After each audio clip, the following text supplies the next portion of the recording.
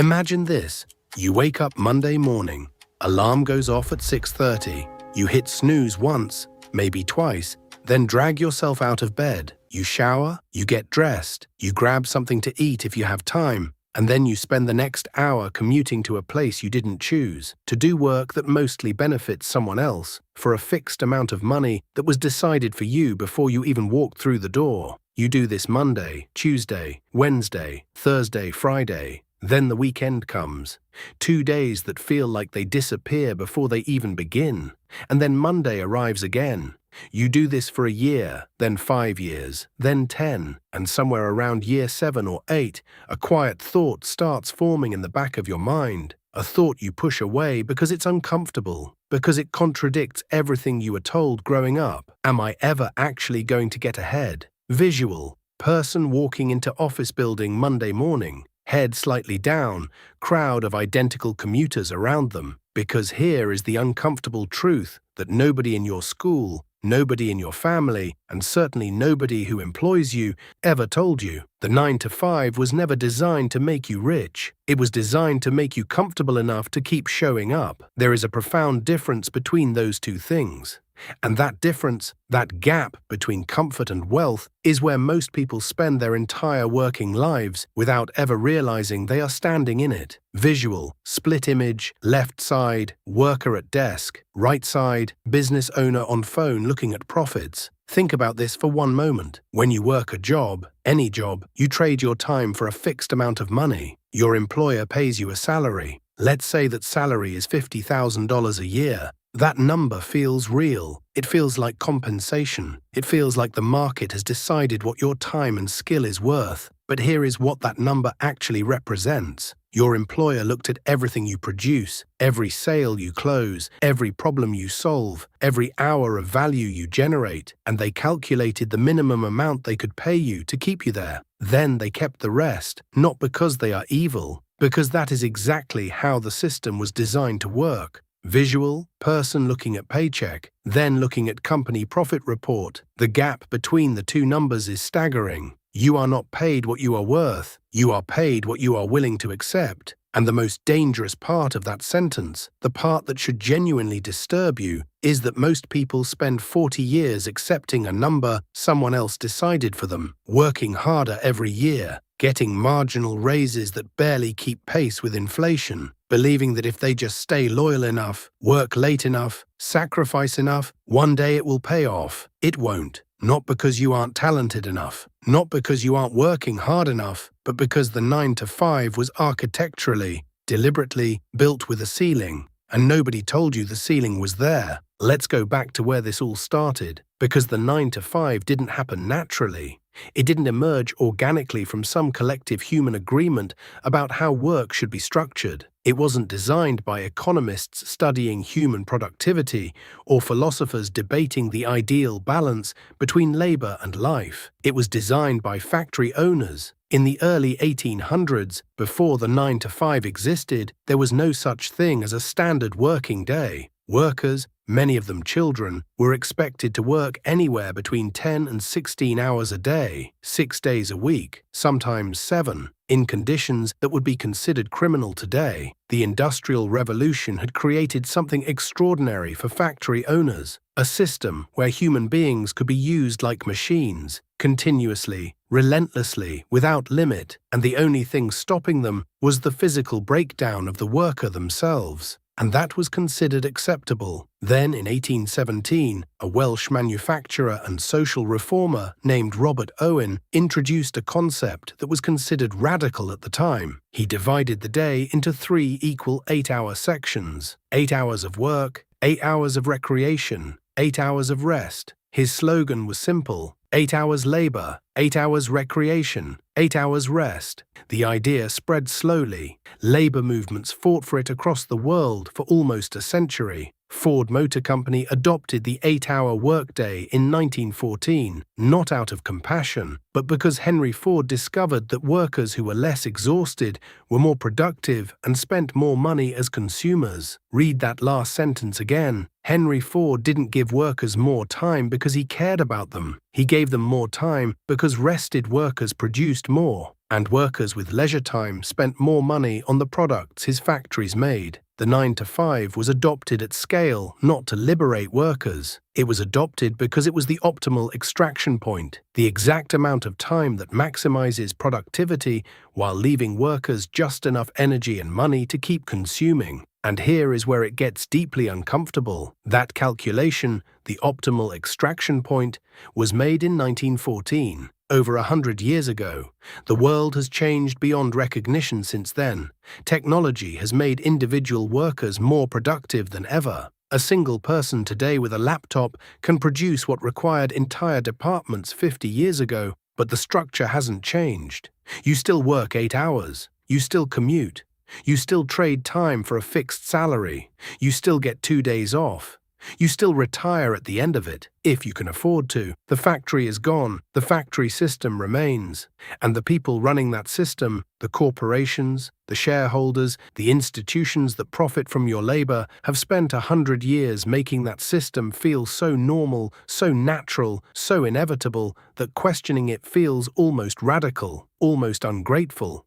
Like you should be thankful for the cage because at least it has a salary attached to it. Let's talk about the math nobody ever showed you, not the math they teach in school, percentages, fractions, algebra that disappears from your life the moment you graduate. I'm talking about the math of your actual financial reality, the numbers behind the number on your paycheck, the calculation that happens before you ever see a single dollar of your salary, because most people have never actually done this math, and the people who benefit from you not doing it are counting on that. Let's say you earn $50,000 a year. That sounds reasonable, maybe even good depending on where you live.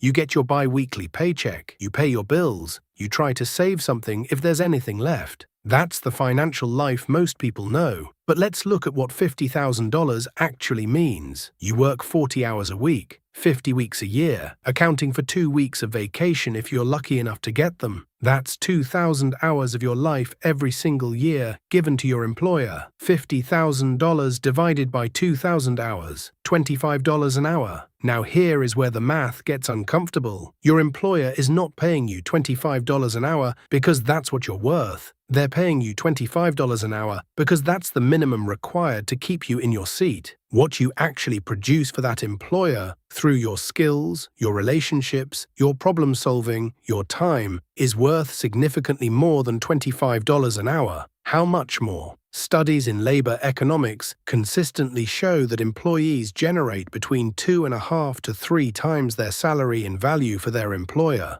which means if you earn $50,000, you are likely generating between $125,000 and $150,000 in value every single year. Your employer keeps the difference every year, without exception, without negotiation. But it gets deeper than that, because that $50,000 is not what actually arrives in your life. Before you see a single dollar, the government takes its share: federal tax, state tax, Social Security, Medicare. Depending on your situation, you could be losing between 25 and 35% before your paycheck is even printed. So your $50,000 salary is now $32,000 to $37,000 in your hand. Now subtract your rent or mortgage, your car payment, your insurance, health, car, home, your groceries, your utilities, your phone bill, your subscriptions you forgot you were paying for. What's left? For most Americans earning $50,000, after tax, after essential expenses, the number left over for actual wealth building is somewhere between $0 and $300 a month. To build wealth in a system where a basic home costs $400,000, where retirement requires at minimum $1 million, where inflation erodes the value of whatever you manage to save. The math was never designed to work in your favor. The math was designed to keep you solvent enough to keep showing up, and just broke enough to never stop needing to. So if the 9 to 5 was never designed to build your wealth, what was? Because here is where most videos like this stop. They show you the trap. They make you angry. They leave you sitting with that anger and nowhere to put it. That's not what this is. This is the part they really don't want you to see. Let's look at the people who actually built wealth, not inherited it, not won it, not stumbled into it through luck. The people who started with the same 24 hours you have. the same limited capital, the same ordinary circumstances, and ended up in a fundamentally different financial reality. What did they do differently? The answer is simpler than the entire financial industry wants you to believe. They stopped selling their time and started selling their output. Read that again slowly, because that single shift from trading time to trading output is the entire difference between building wealth and maintaining survival. Here is what that means practically. When you work a 9 to 5, your income has a hard ceiling. You have 24 hours in a day. You sleep 8, you work 8. The remaining 8 are your life. There is no world in which you can earn more without either working more hours or negotiating a raise that someone else controls. Your income is permanently capped by the number of hours available to you. But when you sell output instead of time, something completely different happens. A person who writes a book sells that book once, then sells it again and again to every person who buys it for the next 50 years without writing it again. A person who builds a digital product creates it once and sells it to 10,000 people without making 10,000 individual sales calls. A person who builds a system, a business, a brand, a content channel, a portfolio of assets, creates something that generates value while they sleep. This is what the wealthy understand that the employed do not. Time is finite. Output is not. Now here is where it gets important, because the most common response to this idea is that it sounds simple in theory, but impossible in practice. That building something of your own requires capital you don't have, connections you weren't born with, a business idea that doesn't exist yet. That response is exactly what the system wants you to believe, because the barrier to creating output-based income has never been lower in human history than it is right now. The internet removed the need for physical infrastructure. Digital tools removed the need for large capital. Platforms removed the need for traditional distribution. The only thing standing between a person working a 9 to 5 today and a fundamentally different financial reality tomorrow is the belief that the ceiling is permanent. It isn't. The ceiling was installed, which means it can be removed. The question is whether you're willing to be the one who removes it. So let's talk about what actually changes things. Not motivational advice, not a list of side hustles you've already seen on every other channel, not a 10-step plan that sounds clean on paper and collapses the moment it meets real life. The actual thing, the first shift, and this is the most important thing this video will tell you, is not financial. It's not about money at all. It's about how you see your time. Right now, if you work a 9 to 5, you see your time outside of work as rest, as recovery, as the hours you get back after giving the best ones away. And that framing is completely understandable. You are tired. You worked 8 hours. You need to decompress. But that framing is also the reason most people never escape, because the hours between 6 p.m. and midnight, the hours after work, before sleep, are not just recovery time. For someone building toward a different financial reality, they are the most valuable hours of the day, the hours that belong entirely to you, the hours no employer can claim, the hours where everything actually changes. 6 hours every evening, multiplied by 5 weekdays, multiplied by 50 weeks a year, that is 1,500 hours annually of completely owned time that most people spend consuming instead of building. 1,500 hours. That is enough time to learn an entirely new skill from zero to proficient, to build a content channel from nothing to monetization, to write a book, to build a product, to create something that generates income independently of your physical presence every single year, without quitting your job,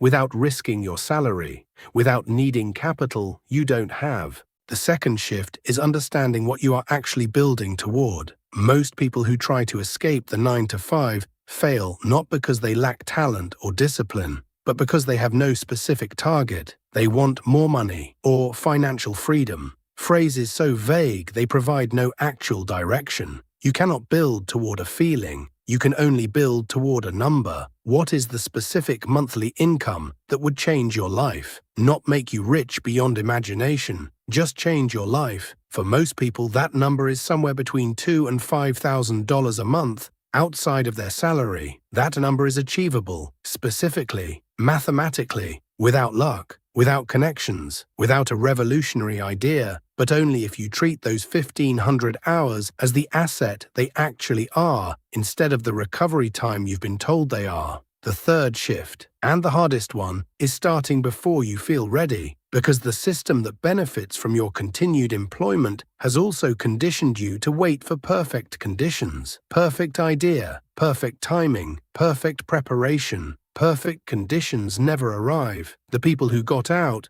started before they were ready, built while they were afraid, continued when the results were invisible, and one day the ceiling wasn't there anymore. If you're sitting in a job right now, wondering if this is all there is, this video was made for you. The ceiling is real, but it was installed, and anything that was installed can be removed. Subscribe to Mind Trapped, because next week we go even deeper.